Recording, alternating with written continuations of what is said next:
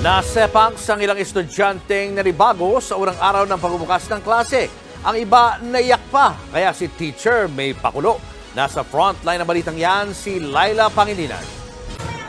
May naglagay ng DIY photo wall na nakasulat ang back to school sa labas ng classroom gaya ni Teacher Mia. Isa-isa ding pinicturan ang mga estudyante. At imbis na sa lieg, ginawang corona ang mga nameplate. Para daman nila na mga Little Prince at Princess Commonwealth ES sila.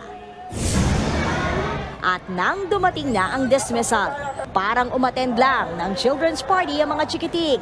Nang isa-isa silang abutan ni teacher ng supot na may lapis, ruler, stickers, pangkulay, eraser, sharpener at candy. Thank you, teacher! Lagi po namin ginagawa, mas exciting para sa kinder kasi first time po nila sa schooling, formal schooling. Tapos, yung iba po may sepangs po kung tinatawag o separation anxiety. So, kailangan po makaisip yung teacher ng mga strategies po para mas maging enjoyable po yung kanilang first day at yung whole school year po. Para maiwasan ang sepangs ng mga chikiting sa eskwela.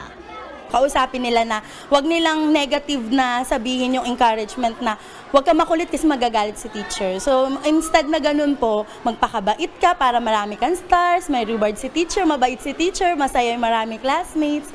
Babalita mula sa frontline, Laila Pangilinan, News 5.